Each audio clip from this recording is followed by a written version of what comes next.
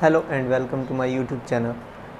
आज हम बात करेंगे एयरफोर्स से रिलेटेड एग्ज़ाम और आज जो नया अपडेट आया उसके बारे में और रनिंग और मेडिकल के बारे में। तो ये पूरी जानकारी मैं आपको इस वीडियो में दूंगा, लेकिन उससे पहले आपको ये बता दूं कि आज से रेगुलर क्लासेस लगेगी। एयरफोर्स से रिलेटेड जो भी अपडेट होगा वो उससे आपको अपडेट करवा दिया जाएगा। और कुछ लोग होंगे जो मुझे नहीं जानते हैं तो उनको मैं बता दूं, मेरा नाम है सुरेंद्र और मेरी क्वालिफ़िकेशन के बारे में बताऊं तो अभी मैं 12th कर चुका हूं और ग्रेजुएशन कर रहा हूं, लेकिन मैं एयरफोर्स की तैयारी भी करता हूं। मैंने एयरफोर्स का एग्ज़ाम भी क्लियर किया है और रनिंग भी क्लियर की है, मेडिकल भी क्लियर किया है। PSL में भी मेरा नाम आया था, लेकिन वेटिंग में मुझे रख दिया गया था फाइनली एनरोलमेंट के टाइम। तो मेरे पास जो भी एक्सपीरियंस है वो मैं आपके साथ शेयर करूंगा और आपके साथ तैयारी भी मेरी रहेगी। तो मेरी जो तैयारी है वो मैं आपके साथ शेयर करूंगा और जो भी अपडेट आएगा उसके बारे में हम डिस्कस करेंगे। तो ये थी मेरे बारे में जानकारी। अब हम बात करेंगे आज एयरफोर्स के न्यू अपडेट।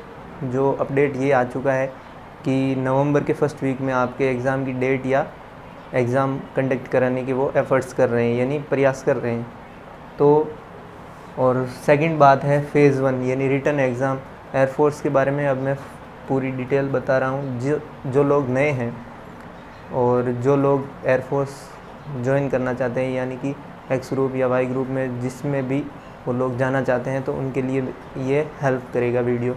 तो अगर आप एयरफोर्स से रिलेटेड नहीं हैं लेकिन आप किसी ऐसे बंदे को जानते हैं जो एयरफोर्स की तैयारी करना चाहता है या कर रहा है, तो उसके साथ ये वीडियो ज़रूर शेयर करें। तो इसमें मैं आपको बताऊंगा एग्ज़ाम, रनिंग, ग्रुप डिस्कशन और मेडिकल के बारे में, जनरल जो नॉलेज होनी चाहिए उसके बारे में। तो आइए शुरू करते हैं आज की वीडियो। अगर हम बात करते हैं एयरफोर्स के एग्ज़ाम के बारे में, तो उससे पहले हमें ये पता होना चाहिए कि आप कौन से ग्रुप में कौन से सब्जेक्ट से अप्लाई कर सकते हैं। यानी कि आपकी अगर 12th में कौन सी सब्जेक्ट है तो आप कौन से ग्रुप के लिए अप्लाई कर सकते हैं और उस ग्रुप के लिए कौन कौन से सब्जेक्ट्स आपको पढ़ने पड़ेंगे, तैयारी करनी पड़ेगी एग्ज़ाम क्वालिफाई करने के लिए। तो एयरफोर्स की बात करें अगर हम, तो एयरफोर्स में दो groups, X group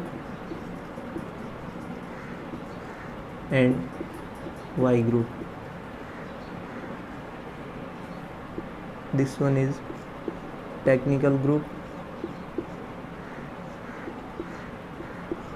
and this one is non-technical group। इसमें आपको फिजिक्स,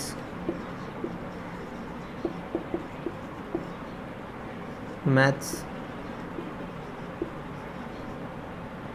और last one is English, in 3 subjects की आपको तैयारी करनी पड़ेगी। और अगर हम बात करें वाई ग्रुप की, तो इसमें English and second one is रागा। रागा में आपको 30 नंबर का जो भी पेपर होता है इसका, उसमें आपको कंबाइंड मिलते हैं कुछ सब्जेक्ट्स, जैसे general science, general knowledge, general maths और reasoning and last one is current affairs.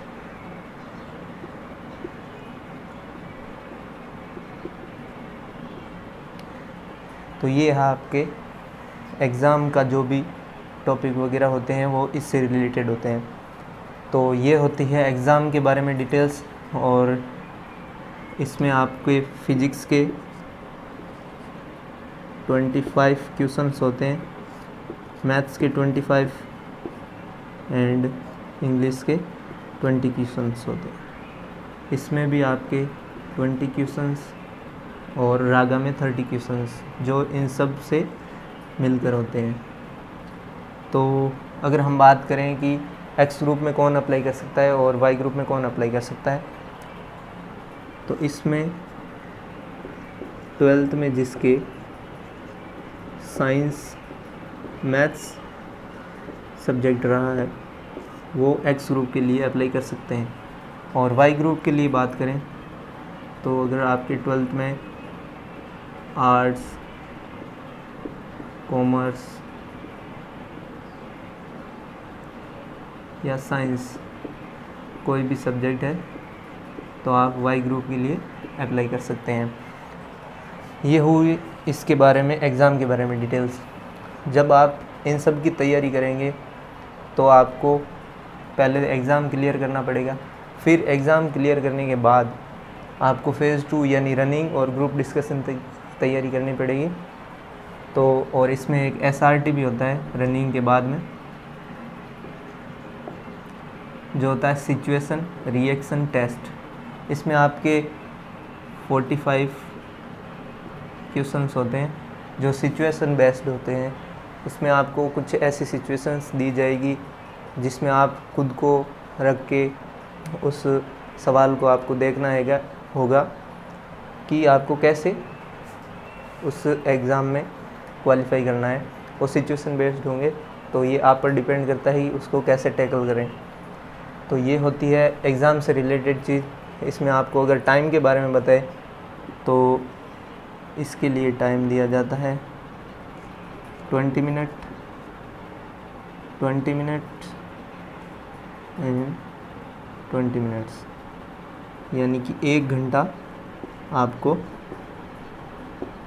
इसके एग्ज़ाम के लिए मिलता है। और फिज़िक्स, मैथ्स और इंग्लिश के बीच में मिनिमम 1 मिनट का गैप मिलता है आपको। फिर आपको दूसरा एग्ज़ाम, यानी कि अगर आपके फ़िज़िक्स का पहले पेपर है तो 1 मिनट के गैप के बाद मैथ्स का होगा, फिर 1 मिनट के गैप के बाद इंग्लिश का होगा। और वाई ग्रुप की बात करते हैं तो वाई ग्रुप में भी इंग्लिश के लिए 20 मिनट्स होते हैं और रागा के लिए 25 मिनट्स। ये हो गया इसके टाइम से रिलेटेड। फ़र्स्ट टाइम ऐसे कैमरा फेस कर रहा हूँ तो थोड़ा आप समझ सकते हो फ़र्स्ट टाइम कैसा फ़ील होता है, तो थोड़ा एडजस्ट कर लेना अगर मेरी साउंड में वाइब्रेशन वगैरह आपको महसूस हो। तो अब हम बात करते हैं फ़ेज़ 2 के बारे में। फ़ेज़ 2 में आपको सबसे पहले 5:30 बजे के आसपास आपको वहाँ पर बुलाया जाएगा। आपके साथ अपने सारे डॉक्यूमेंट्स होने चाहिए, जैसे कि आपका एडमिट कार्ड, फ़ेज़ 2 का अलग एडमिट कार्ड जारी होता है, वो एडमिट कार्ड, कुछ फ़ोटोज़, और उसमें एडमिट कार्ड में जो भी डिटेल्स दी होती है उसको पढ़ के आपको जाना होता है। और फिर आपको एक फॉर्म भरवाया जाएगा जिसमें आप खुद की परमिशन देते हैं कि हमें रनिंग से कोई दिक्कत नहीं है और हम अपनी मर्ज़ी से दौड़ रहे हैं। अगर यहाँ पर कुछ चोट वगैरह आपको कुछ लग जाती है तो उसकी ज़िम्मेदारी उनकी नहीं होती, आपकी खुद की होती है। तो उसके लिए एक फॉर्म भरवाया जाएगा। फिर आपको रनिंग के लिए ले जाया जाएगा। रनिंग में आपको 6.5 मिनट का टाइम दिया जाएगा, जिसमें आपको 1.6 किलोमीटर की रनिंग करनी पड़ेगी, यानी कि 1600 मीटर की रनिंग होती है। उसके बाद में जब आप रनिंग क्वालिफाई कर लेते हो तो आपका होता है PFT। मतलब PFT में ये भी शामिल है, लेकिन आपके इसमें होता है स्क्वाट्स 20, पुशअप्स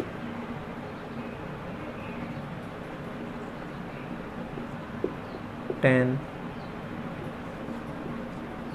और 10 सिटअप्स होते हैं। PFT के बाद होता है आपके SRT, जिसमें आपको, जैसे कि मैंने बताया, 45 क्वेश्चंस होते हैं जो सिचुएशन बेस्ड होते हैं और आपको उसको अपने हिसाब से करना होता है कि आप उसके बारे में क्या सोच रखते हैं या आपके क्या विचार है उस चीज़ के बारे में जो आपको सिचुएशन दी जाती है।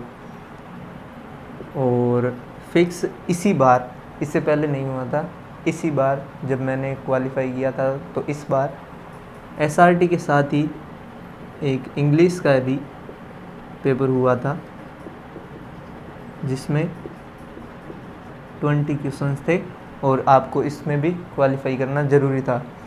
इसके बाद में आपके होता है ग्रुप डिस्कशन, जिससे सबको डर लगता है। मुझे भी लगता था और अभी भी लगता है। अगर इन फ्यूचर जो एग्ज़ाम है अगर मैं क्लियर करता हूँ तो ग्रुप डिस्कशन में ऐसा है कि आप कुछ कह नहीं सकते कि आप कैसी परफॉर्मेंस देंगे, क्योंकि ये इसमें मिलने वाले एक टॉपिक पर डिपेंड करता है, जिसमें आपको अपनी नॉलेज, उस टॉपिक के बारे में आपको क्या नॉलेज है, वो नॉलेज ही आपको ये ग्रुप डिस्कशन पार लगा देती है। तो इसमें क्या होता है, आपको 15 से 16 लोगों को एक ग्रुप होता है सर्कल में, या यहाँ पे इंस्ट्रक्टर बैठा होता है, यहाँ पे आपको बैठा दिया जाता है और आपको एक टॉपिक दिया जाता है जिस पर आपको अपने विचार रखने होते हैं। जैसे डिबेट्स होती है, लेकिन उससे थोड़ा अलग होता है। और ये डिबेट आपको करनी होती है इंग्लिश में, और इससे पहले आपको 1 मिनट का टाइम भी दिया जाता है, जिसमें आपको अपने बारे में, अपने फैमिली के बारे में और आप एयरफोर्स को क्यों ज्वाइन करना चाहते हो उसके बारे में आपको बोलना पड़ता है। यानी कि एक जनरल इंटरव्यू होता है। और फिर आपको शुरू होता है ग्रुप डिस्कशन, जिसमें आपको उस टॉपिक के बारे में बोलना होता है। और फिर बाद में शाम के समय आपको रिजल्ट बता दिया जाता है कि कौन ग्रुप डिस्कशन में क्वालिफाई कर चुका है और कौन नहीं कर चुका है। फिर आपके डॉक्यूमेंट वेरिफिकेशन वगैरह चलता है और आपके एडमिट कार्ड जारी होते हैं मेडिकल के लिए। फिर आपके जहाँ भी मेडिकल सेंटर दिया जाता है वो आपको बताया जाता है और आपको कुछ इंस्ट्रक्शंस दिए जाते हैं मेडिकल से रिलेटेड, जो आपको ध्यान में रखने होते हैं मेडिकल के टाइम। तो ये होती है फ़ेज़ 2 की बात, जिसमें आपके पहले आपके फॉर्म भरवाया जाता है। खुद की आपकी परमिशन होती है कि मैं दौड़ करने के लिए मेरी परमिशन से जा रहा हूँ, इसमें कोई फोर्स नहीं कर रहा। फिर आपके रनिंग होती है, फिर आपके पीएफटी जिसमें स्क्वाट्स और पुशअप्स और सिटअप्स होते हैं। स्क्वाट्स यानी उठ बैठ 20 होती है, जैसे मैंने आपको बता दिया है। ये है आपका फ़ेज़ 2 का क्राइटेरिया। और अब हम बात करते हैं फ़ेज़ 3 के बारे में, जो मेडिकल है। उसमें आपको पहले बता दिया कि फ़ेज़ 2 के टाइम ही आपको एडमिट कार्ड जारी कर दिए जाएंगे कि आपका एग्ज़ाम कहाँ होगा, आपको किस टाइम पहुंचना होगा, आपको कौन कौन सी बातों का ध्यान रखना होगा। इसके बारे में हम आगे भी चर्चा करते रहेंगे जैसे भी हमको टाइम मिलेगा। तो अब हम जनरल बात करते हैं फ़ेज़ 3 के बारे में, यानी मेडिकल के बारे में। तो मेडिकल में कुछ नहीं, आपके पूरी बॉडी का चेकअप होता है, जिसमें आपके ब्लड टेस्ट, यूरिन टेस्ट और ईसीजी, बीपी, आई टेस्ट, माउथ, टीथ, टंग, जो भी फुल बॉडी चेकअप होता है। और उसमें देखा जाता है कि आप में किसी प्रकार की कोई कमी तो नहीं है, या आप उनके जो मेडिकल का क्राइटेरिया है उसमें आप आते हो या नहीं आते हो। तो यही होता है मेडिकल में। बाकी मेन चीज़ आपके एग्ज़ाम और फ़ेज़ 2 रहता है। बाकी आप मेडिकल में कुछ तैयारी तो कर नहीं सकते, नॉर्मल तैयारी होती है कि आप उस चीज़ को पहले चेकअप करवा सकते हैं कि आप में कोई प्रॉब्लम हो, जैसे हीमोग्लोबिन की कमी, तो आप कुछ फ्रूट्स वगैरह खा के बढ़ा सकते हो, या बीपी की हाई या लो है तो उसको कंट्रोल करने की टिप्स वगैरह से कुछ देख सकते हो। बाकी मेडिकल में ऐसा तो कुछ है नहीं कि आपको एग्ज़ाम की तरह तैयारी करनी पड़ेगी। बाकी यही है एयरफोर्स से रिलेटेड जो भी नॉर्मल डिटेल्स थी उसके बारे में मैंने आपको बता दिया। और आगे भी ऐसे हम बात करते रहेंगे अलग अलग एग्ज़ाम के बारे में, या रनिंग, या जो भी फुल डिटेल्स है वो आपको मैं आगे वीडियोस में बताता रहूँगा। तो ये थी आज की वीडियो। अगर आपको पसंद आई हो तो ज़रूर लाइक करें और अपने दोस्तों के साथ शेयर करें। अगर आप इस चीज़ से रिलेट नहीं करते लेकिन आप किसी ऐसे बंदे को जानते हैं जो एयरफोर्स से जुड़ना चाहता है या जो तैयारी कर रहा है, तो आप इस चीज़ को उसके साथ शेयर कीजिए, ये शायद उसके हेल्प करेगी। और इसके बाद में आगे जो भी वीडियोस आएंगे उसमें पहले तो मैं रिवीज़न करवाऊँगा, जो भी मैंने पढ़ा है उस चीज़ का रिवीज़न होगा।